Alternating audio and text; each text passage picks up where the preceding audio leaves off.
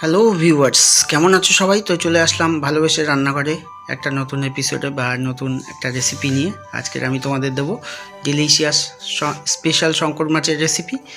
তো সবার আগে বলে রাখি, এখন পর্যন্ত যে সমস্ত ভিউয়ার্সরা আমার চ্যানেলটাকে সাবস্ক্রাইব করনি তারা প্লিজ আমার চ্যানেলটাকে সাবস্ক্রাইব করো এই ধরনের নতুন রেসিপি পাওয়ার জন্য।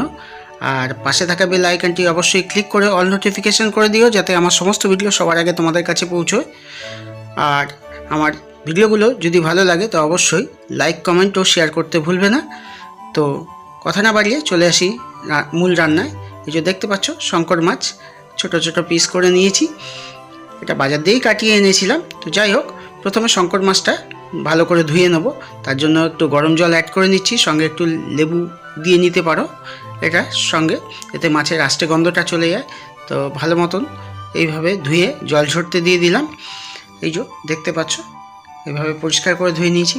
সঙ্গে নিয়েছি একটা বড় সাইজের আলু, ডুমো ডুমো করে কেটে নিয়েছি।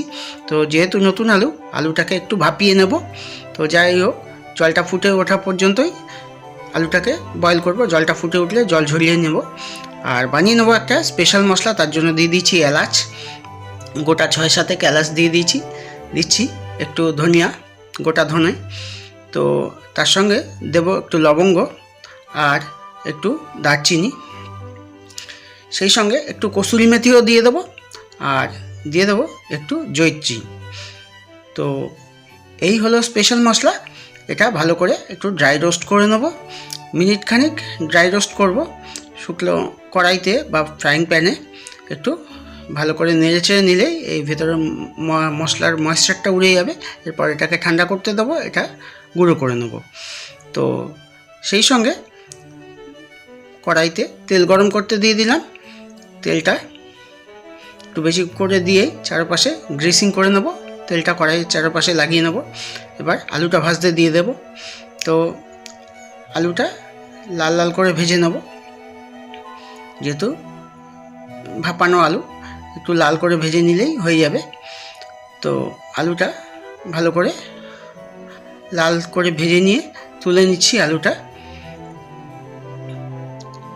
তো আলুটা ঠিক এইভাবে ভেজে নেব, এই যে দেখতে পাচ্ছ তোমরা। এবার কড়াইয়ে তেলটা, ওই তেলের মধ্যে মাছটাকে একটু নুন আর হলুদ দিয়ে ভালো করে মেখে নেব। তো মাছটা মেখে রেখে দিলাম একটু। আর সেই সঙ্গে কড়াইতে দিয়ে দেবো একটু তেজপাতা ওই তেলেই, আর দেবো একটা শুকনো লঙ্কা ছিঁড়ে, আর সঙ্গে দিয়ে দেবো আদা, রসুন, পেঁয়াজ আর টমেটো একসাথে পেস্ট করে নিয়েছিলাম আমি, সেটাই দিয়ে নেব। এই গোটা 2-3 চামচের মতন পেস্টটা দেবো। আর সঙ্গে দেবো নুন আর হলুদ, আর একটু শুকনো লঙ্কার গুঁড়ো দিয়ে ভালো করে মশলাটাকে কষে নেব। আদা রসুনের কাঁচা গন্ধটা চলে গেলেই দিয়ে দেবো এতে জিরের গুঁড়ো, ধনিয়া গুঁড়ো। তো এটা দিয়েও ভালো করে কষে নেব। মশলার কাঁচা গন্ধটা চলে গেলে দিয়ে দেবো টক দই। এখানে আমি 50 গ্রামের মতন টক দই অ্যাড করেছিলাম। যাই হোক, টক দইটা দিয়ে এবার ভালো করে নেড়ে চেড়েই দিয়ে দেবো নুন আর হলুদ মাখিয়ে রাখা মাছগুলো। দিয়ে ভালো করে মাছগুলো এই মশলার সঙ্গে দিয়ে কষে নেব। তো মিনিট 2-3 মতন কষে নিয়ে মাছটাকে, এই যে দেখছো, কষে নিচ্ছি। এবার একটু তেল মতন ছেড়েছে মাছটা, মশলাটা কষা হয়ে গেছে। এর সঙ্গে সামান্য একটু জল অ্যাড করে নেব, কারণ মশলাটা গায়ে লেগে যাচ্ছে বেশি কড়াইয়ে। সামান্য একটু জল অ্যাড করে নিলাম, যাতে আরেকটু কষতে হবে। সেই সঙ্গে দিয়ে দেবো সামান্য চিনি। এই চিনিটা দেওয়ার কারণে এই কারণেই, যাতে টেস্টটা ব্যালেন্স হয়ে যায়। টক দইটা যদি বেশি টক থাকে সেই জন্য সামান্য একটু চিনি দিলে টেস্টটা ভালো হয়, আর টেস্টটাও ব্যালেন্সড হয়ে যাবে। এবার ওই ভেজে রাখা আলুগুলো দিয়ে আরেকটু কষে নেব মশলাটা। তো ভালো মতন করে কষে নিয়ে, যাতে সমস্ত মশলাগুলো মাছ এবং আলুর ভালো মতন মেশে। এবার যে স্পেশাল গুঁড়ো মশলাটা করে রেখেছিলাম সেই মশলাটা পুরোই দিয়ে দেবো, দিয়ে ভালো করে কষে নেব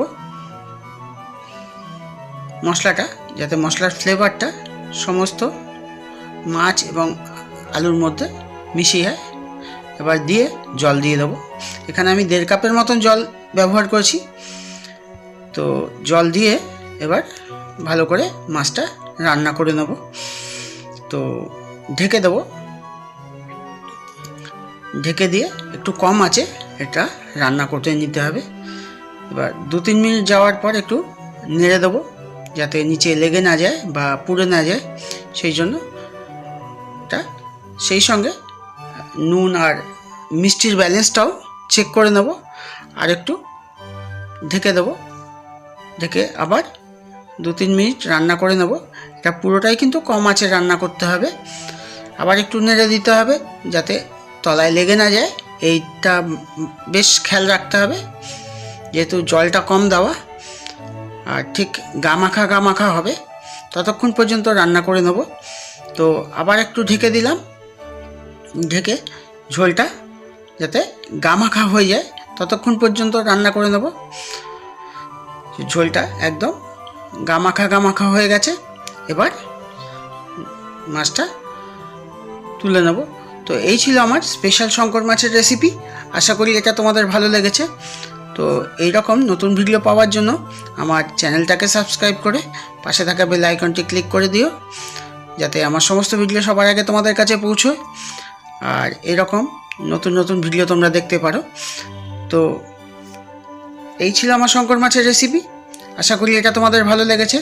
তো ভালোবেসে রান্নাঘরে সময় দেওয়ার জন্য তোমাদের অসংখ্য ধন্যবাদ। দেখা হবে আগামী দিন নতুন কোনো রেসিপি নিয়ে। ভালো থেকো।